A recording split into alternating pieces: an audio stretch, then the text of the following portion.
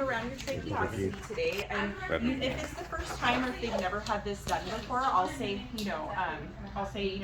so basically what I do is I'm going to inspect the stoma, I'm going to clean around the outside of your trach, I'm going to change out your inner cannula, and then I'm going to place some fresh trach ties.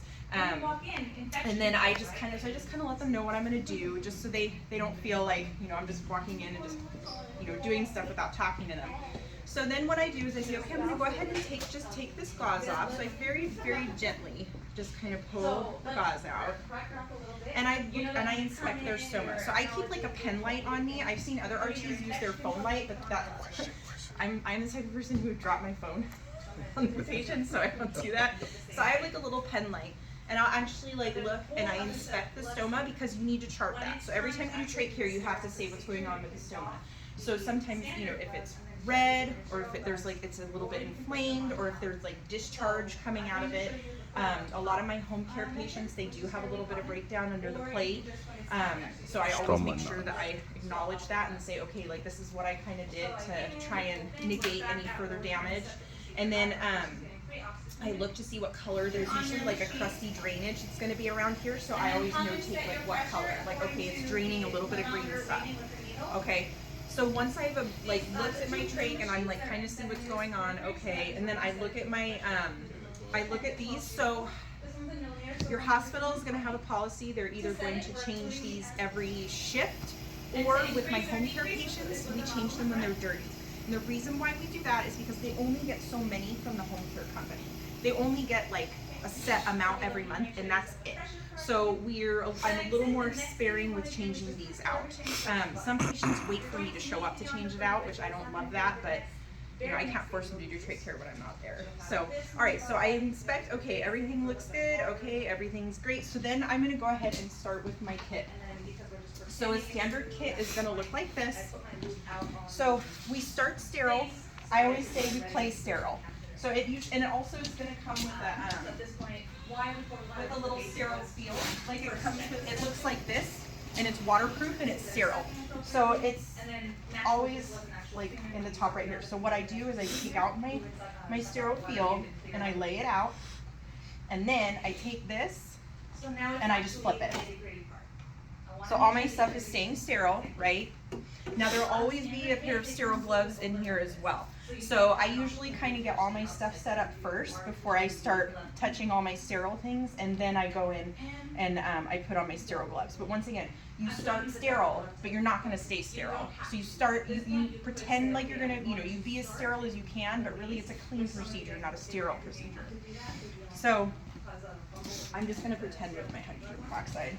So I got I do 1 part hydrogen peroxide to 3 parts water. So I do my hydrogen peroxide, and then I do my saline, and then I do my saline rinse over here.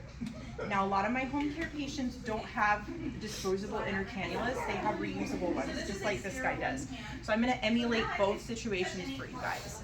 I think that one, yep, that one's got it too. Okay. In the hospital, your patients are going to have Shileys. That's 90% of the trachs that you're going to see. The Shiley is the most common tracheostomy. In the world of home care, I've literally seen every single tracheostomy under the sun. And like every time I think I've seen every trach, I see a new one. So I would really try to familiarize yourself with all the trachs, but you're still going, if you go into like home care or long-term care, you're going to find that there's like so many different styles. So here's my little sterile area. All right, I got my hydrogen peroxide and my sterile saline. I got my sterile saline over here. And then I'm going to put on my sterile gloves. This is the part where I put on my sterile gloves. I'm going to start touching all this stuff. So then I'm going to take, now this is the very most important thing. You want to turn these into little fishies. Okay, so you're going to turn your pipe cleaners into fish. The fish go in my hydrogen peroxide and water and saline. So this is where my fishies go. And then you're going to get 2 Q-tips. The Q-tips I put in my sterile saline. And then I put 2 sterile gauze in with my sterile saline. So as you can see, there's some things left here. Looks like this kit came with a split sponge, and that's really nice. They don't always come with the split sponges, so I always make sure that I have 1 or 2 on me. So I always carry a split sponge with me because actually this is I haven't seen a trach care kit with this in a long time. So don't ever expect that to come with it. All right, and then I have a piece of dry gauze. I have my split sponge, and I have my scrubber. Is that what you clean the tubing, right? This is when I clean my inner cannula. So if you're in the hospital and they have these guys, I think, is this the replacement? Oh yeah, the inner cannulas. So, oh my gosh, that's so funny. I actually have a patient who does this exact, like, he's like running low too. Okay. Takes the box. I know, I'm all. She's like, where did my inner cannulas go? It's on eBay. eBay. I got them on the low.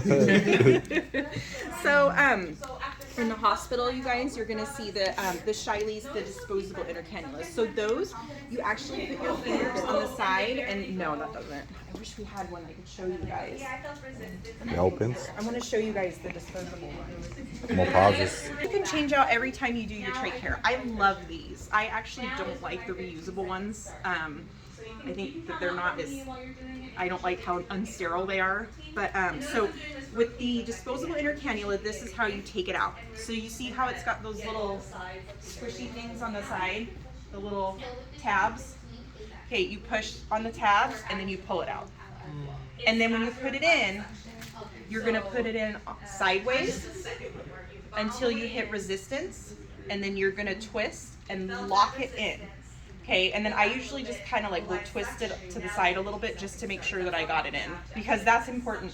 Because what can happen is if you don't attach this right, so let's say I'm being lazy and I'm just like and I didn't attach it. If this patient's on a vent and I attach their vent tubing to it and like they turn, It'll fly out. It'll all come out. So this is really important. So, and it's even part of my charting for my home care patients that I verified and confirmed that the inner cannula was in place. Okay. So this is the easiest way. I love these. These are what you're gonna see all the time in the hospital. You wanna change this out every time, because what can happen is these get occluded. They get full of secretions. So, and also if you have a patient who has like really thick purulent secretions and you're noticing like, okay, they're like really seem to be having trouble, blah, blah, blah. The first thing I always go to is the inner cannula, because a lot of times the inner cannula is clogged. All right. Okay, I feel better now. Set up, I'm ready to go. The first thing that I like to do is I like to get the inner cannula done and over with first. So we're going to pretend that this guy has disposable, and then afterwards I'm going to show you guys, so we'll go through with the disposable, pretend like we're in a hospital, and then I'll show you guys what the non-disposable ones, what I do for that. So I'm going to go ahead, and now this one is different. This one actually pops in. So you grab the little tabby. There's a little tabby on it, and I make sure that I hold on to the trach just to stabilize it, so I'm not like going like that, and then you just pull and it comes right out. Okay, so then I'm going to pretend like I had a fresh brand new one, so sideways and then turn and just kind of let it curve in, and then I push and it clicks back in. And then with the tabby ones, I'll just kind of like do like, while holding onto the trach, I just kind of pull. And that's another thing. If you're going to mess with any of this, you want to stabilize the trach itself, because you don't want to be pulling on this. This is like, think of this as like the world's biggest, most uncomfortable piercing. Like, you don't want anybody pulling on that. So. It's real sensitive. Yeah. Oh, it is very sensitive. So, okay, so I changed out my inner cannula. They're going to cough, by the way. So make sure that you stand off to the side. So when you do it, and if they cough when the inner cannula is out, that's totally fine, okay? All right, so what you're gonna do next is I take my fishies, and you're gonna go under the plate, and now this is what's important. I kind of push down, and I do like a little bit of a scrubbing, but I go away, because you don't want to be rubbing all that gunk back in the airway, in the tray, right? So I do the one scrubby and then the swipe away. So I do one for the top, and then I do one for the bottom, and I swipe away. One on top and one bottom. This is with the hydrogen solution? Yeah, this is what I do with the hydrogen peroxide. In the hospital, you'll only be using either sterile water or sterile saline. So how do you stop it from drying out? That's why when I do it, I use, so I make sure that afterwards, so then after that, then I have, this is my sterile saline. So I consider this like my rinse. So that's where I make sure it's really well saturated. And I actually do an extra step. So I do the same thing with the Q-tip, except I roll it, I do it in a rolling motion and I go away. And then in the bottom, I do a rolling motion away from the patient. And then this is the extra step that I do because of the hydrogen peroxide. I have these guys. I have my gauze with the sterile saline, and I do like one final, just like kind of a rinse wipe on both sides. So I really make sure that I do like a secondary wipe with the sterile saline, just to make sure that I get all the hydrogen peroxide solution off. Okay, so that part's done, and then I'm gonna take my little gauze, my sterile gauze, and I have two, and I just kind of pat the top and bottom dry. And then my trach is clean. Yay! So the next thing that I do, and this is kind of like, this is in order just to make your life easier.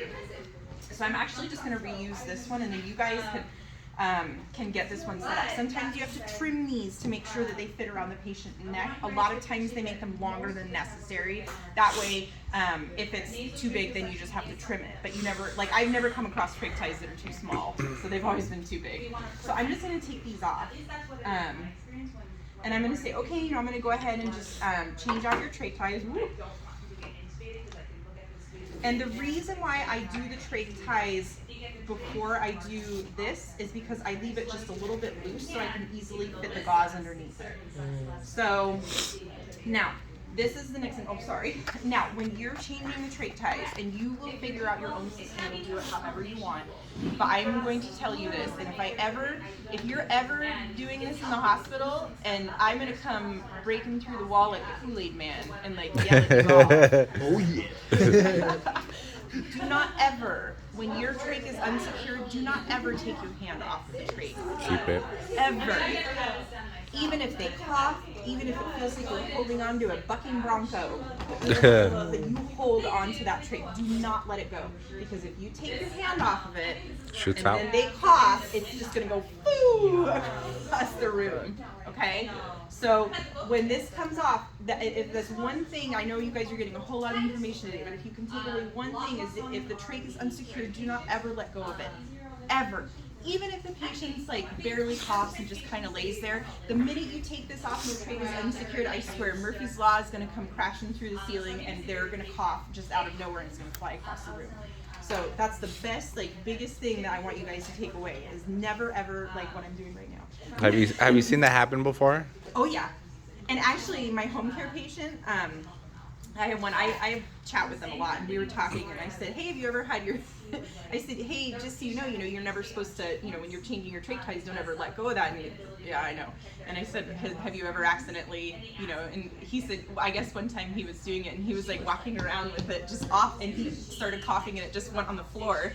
And I said, "What'd you do?" And he said, "I just picked it up and did it." Oh. Like, no.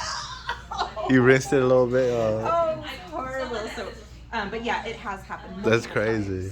Multiple times. So that's why it's never happened to me personally because I don't let go of their trach. I always hold on to it. And they'll be coughing or moving or whatever. I do not let go. So, all right. So then, I should have gone over that. So I have this set up first as well.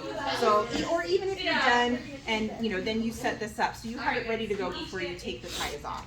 So we'll just pretend like I just took the ties off and I'm holding on, right? So then you just put this on, and I put it on a little bit on the loose side. And if you have an extra set of hands with you, you can always utilize them. But at the beginning, I didn't. Towards the end, I learned how to do it by myself. So I put on my fresh trach ties, but I put them on loose. So they're loose, but it's still secured. And the reason why I do it a little bit loose is so it's easier for me to get this underneath it. Mm-hmm. Oh, so that's what the split sponge is for? Yeah, so you're going to you always want to replace their drain sponge. And actually, usually a human is way more forgiving than this mannequin. And then you're just going to kind of pull it under, and then you don't want to leave it like kind of bunched up and scrunched up because that's uncomfortable for them. And it also leaves like little crevices for secretions to get into. So I always make sure it looks nice and straight and pretty. Probably had like crumbs under there, like food crumbs. Yeah. All right, so I'm like, okay, good. It looks good. It looks pretty. All right, and then I tighten it all the way. Now, once you tighten it, have you guys ever heard the thing about dogs that when you put their collar on, you want to make sure that you can fit 2 fingers? It's the exact same thing Same with this. thing, like a It's like collar. a dog collar. So you want to make sure that you've got 2 fingers on this, and I just check both sides because sometimes it'll get bunched up in the back. So then I just check with my 2 fingers on both sides. Looks good. Looks good. All right, cool. Okay? And then, not done yet. When you're done with your trach care, so of course, when I come in, you're going to do your vitals. You're going to make sure that they're doing okay. You're not, if your patient's like struggling or having a hard time, you're going to be like, I'm going to do trach care now. So we've done our pre-vitals. We did our trach care. Now, once the trach care is completed, you want to make sure that you listen to their lungs to make sure that you have bilateral breath sounds, because what can happen when you're doing your trach care and your patient's moving around and you're pulling out inner cannulas and putting them in, what can happen? Can you write main Can you Huh? Can you still write main stem? No, but what can happen, that I like your line of thinking though, because what that kind of goes along the same lines as it's become dislodged. The trach can become dislodged, and it can actually get stuck in between like the skin. It can actually go down like the wrong side, like in between the skin of the trachea. Ooh. And then what'll happen with that is you get something called crepitus. And it sounds like Rice Krispies, and you'll see it. I've seen it happen before. It all of a sudden, like the skin around here gets all puffy, and then you touch it and it's crunchy. So when I finish, I do a visual. Okay, does everything look okay? And I'll kind of just very gently kind of palpate around the area, because if you get crepitus, you're gonna know like right away. Like it's gonna be obvious. It'll be all puffy and like blown up. They'll be in distress. So I just kind of look, I visually look, and I just kind of touch. And I put in my charting, no crepitus noted. Breath sounds equal and bilateral, and then my post vitals. So I'm sure for the competency, she's going to want to make sure you guys do pre and post vitals. So I was so excited to start the trach care. But you want to do your pre vitals, make sure they're stable before you do your trach care, and then you want to do your post vitals to make sure everything still looks the same. And then you want to listen to their lungs. Okay, good. Their lungs sound clear. Like everything sounds good. Okay, good. And then if they're awake and alert, which a lot of my trach patients are, I said, okay, you feeling okay? Everything feels good? And they'll be like, yeah. Or they'll be like, oh, it's too tight or whatever. And I'd say, okay, well, I can loosen it a little bit, but I can't loosen it too much, So I kind of have that dialogue with my patients as well. Now, another thing that Miss Bernie wanted me to go over really quick is oral care.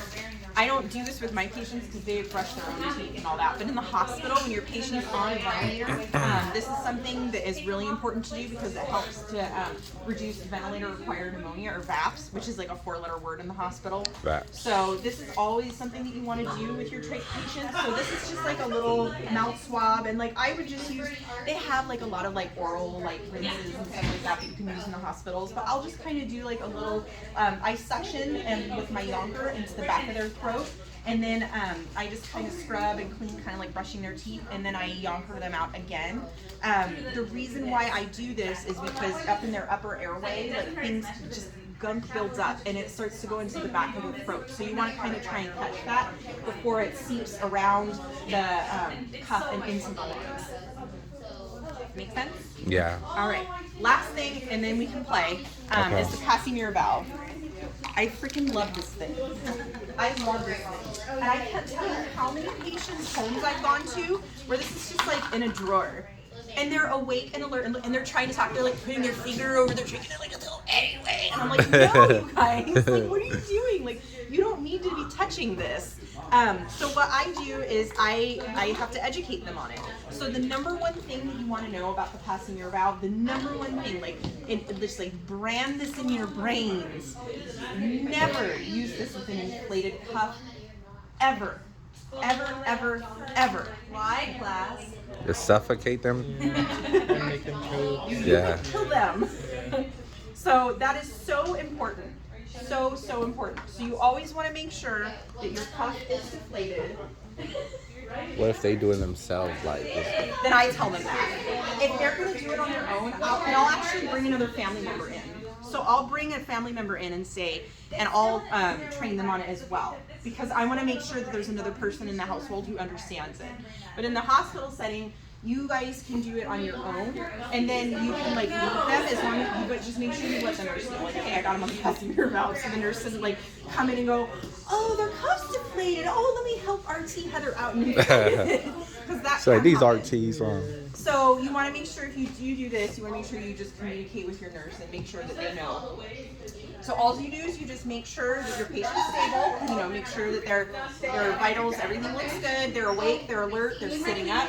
And then I just make sure, okay, this is deflated, we're looking good, patient's looking good. So I explain to them, I say, okay, this is a valve that I'm going to put on your trachea, and it's actually going to divert the flow. So it's going to feel a little different, and it might take some getting used to.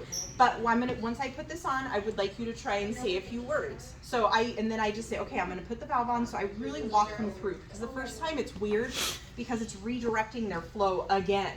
So they're going to kind of be like, woo, for a minute. So I tell them it's going to feel weird. It might feel a little uncomfortable. So I'll put it on, and I kind of give them a minute to adjust to it.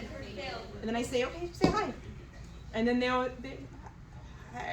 And then I'm like, okay, cool. Like, and then I say, how do you feel? You know, and then they'll say good. Most of the time, almost all of my patients have done really well with this, like right off the bat. However, the ones with really high anxiety, that change in how they're breathing, and like then they're like, oh my gosh. So that's why you want to start and like just stay with them for a little bit the very first time. So if it's my home care patient, like I'll do their trach care really quick, and then like I'll put the valve on and I'll just hang out with them for a few minutes and just make sure that they're feeling okay.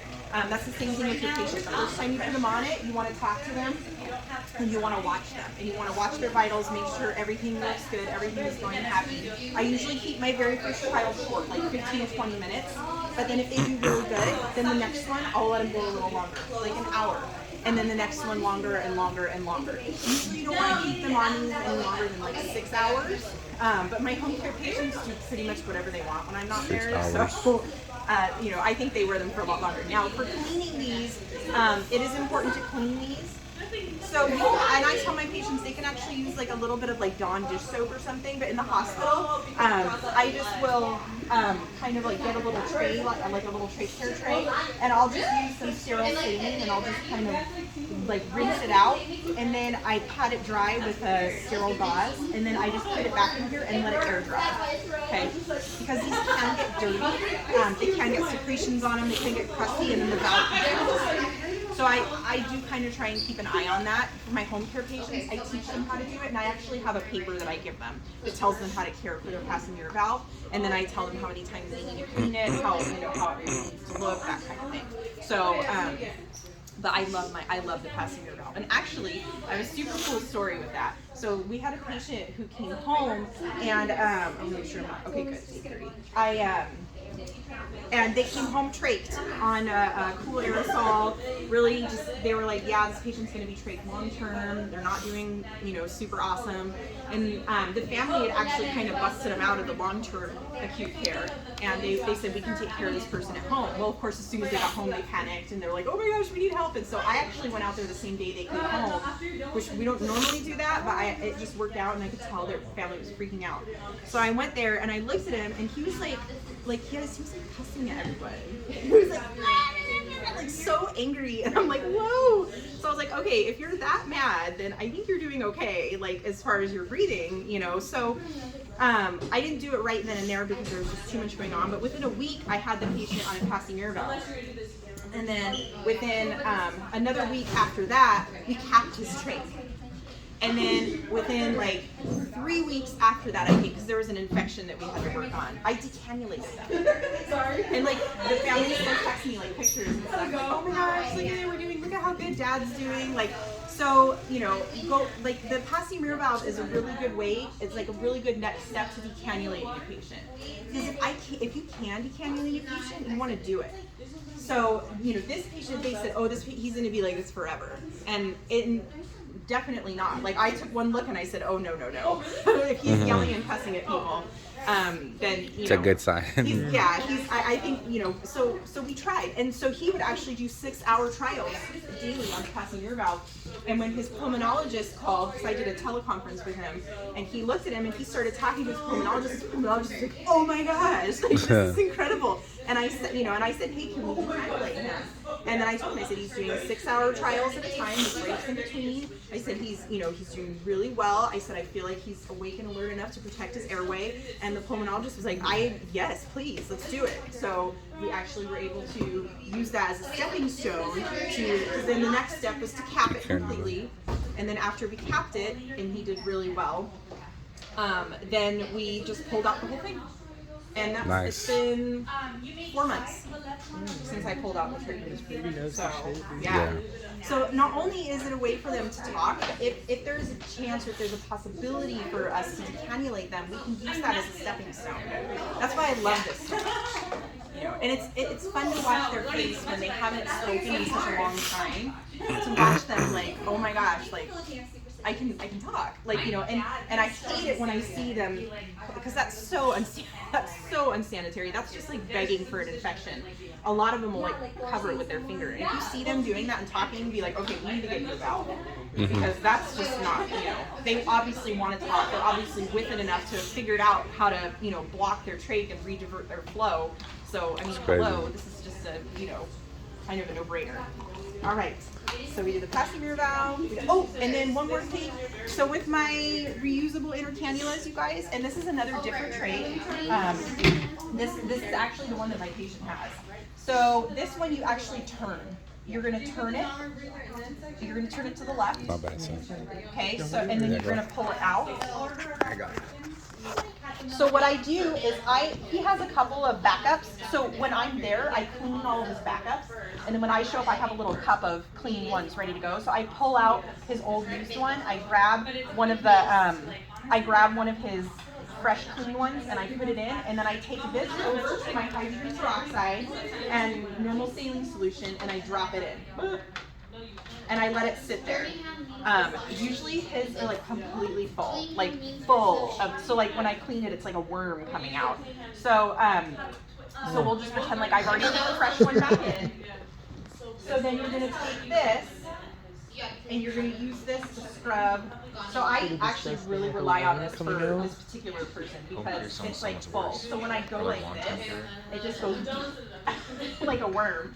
So you're gonna use this to scrub, and you want to make sure you're keeping your fingers up here on the top, right? So you want to scrub with the hydrogen peroxide, and then I get in there, I rinse it out really good, I rinse it and clean it, and then I drop it into my sterile saline. And then I make sure that I like rinse it out really good. Like I even try to get a little bit in there and like rinse it out. And I rinse. And then I always also have a sterile gauze with me. And like if I don't have one of these, then I just use another split sponge and I just dry it with the sterile gauze. And then he actually has like a little storage that I put them in. So like I put it in his little storage at the bedside. So now in the hospital though, I don't think you would have to do this, but sometimes you do have to like take it out and clean it and then like put it back in. But my patients always have like little backups. So I put their backup one in first and then I just clean all their dirty ones that they've accumulated throughout the week because they just wait for me to clean them. So and then I just put it back in. It's the same way as the disposable. So you're gonna go in sideways until you hit a little bit of resistance. You're gonna curve it. And just like that. And then now with this one, you want to hear, you're going to feel it click. So when you guys are practicing, I want you to feel for the click. I have a question. Yes. Why is it clicking? Where's my click? Okay. So, glue the port and then you start suctioning out. Oh, well, it didn't do a click, but it when you turn it, it'll kind of like lock in. So normally my guy, his click, and I actually hear the audible click and it makes me feel better. So that way you know that it's... What if the patient broke it? Huh? What if the patient messed with it and broke it? Would he be able to... undid the click, like right now, like his feet Oh, he was like playing with it and like it... Oh, yeah, then, I mean, most of my patients know how to just put it back in. Okay. They're pretty good about that, yeah. So what if you do the was it side? What'd you say, the side something when it gets stuck in between the skin, and then it comes like rice cake? Oh, the crepitus? Crepitus. Yeah. So like, do you just recannulate them? Yeah. So, well, if I was in the hospital, I would probably be like, hey, I would call for help. I would be like, hey, I need help just in case. But then, yeah, I would try to readjust it. Like, I would try to kind of like see if I could get it back in. But I would still call for help because just in case, like, I don't want to be like playing around with it and like, in the home. And puncture something. Yeah, like I just don't want to mess around with it too much. But in the home setting, I would try and like kind of like see if I could readjust it and get it back in. Okay. Actually, and this is kind of a good anecdote just for the future. I actually had a patient where I pulled out the inner cannula and then I went to go put the new one in and I put it in and all of a sudden it wouldn't go. And I'm like, now if I forced it, it would have gone. I could tell. Like if I really pushed, but I was like, that's never a good idea. You never want to force anything. So I I was like, no, something's not right. So I very gently pulled it back out again and there was a clot on the end of it, like this big, and it was like a rock. Like a mucus plug? Yeah, it was like a mucus plug and blood and all kinds, and it just like the whole thing just came out. So if I would have forced it in, I would have pushed all that right back in. So anytime something doesn't feel right or you're not sure about something, don't just be like, oh, it's fine, it's fine. Always kind of like follow up, because when I felt that resistance, I was like, okay, something's not right. Something's, I shouldn't be feeling resistance. How'd you get it out? Huh? How'd you get it out? The clot? Yeah. Oh, what came out on the end of it? So I just went full. Oh, damn. I thought you got like a yonker or something. No, it was actually stuck suction to the end of Yeah. it, and it was like dangling, and so I just went Like a worm. I don't want to hear that like a worm. No. Pretty much. I don't want to hear that. So, all right, any questions? All right, you guys get treat care kits. Like our own? Yeah, box right here. So now they don't have all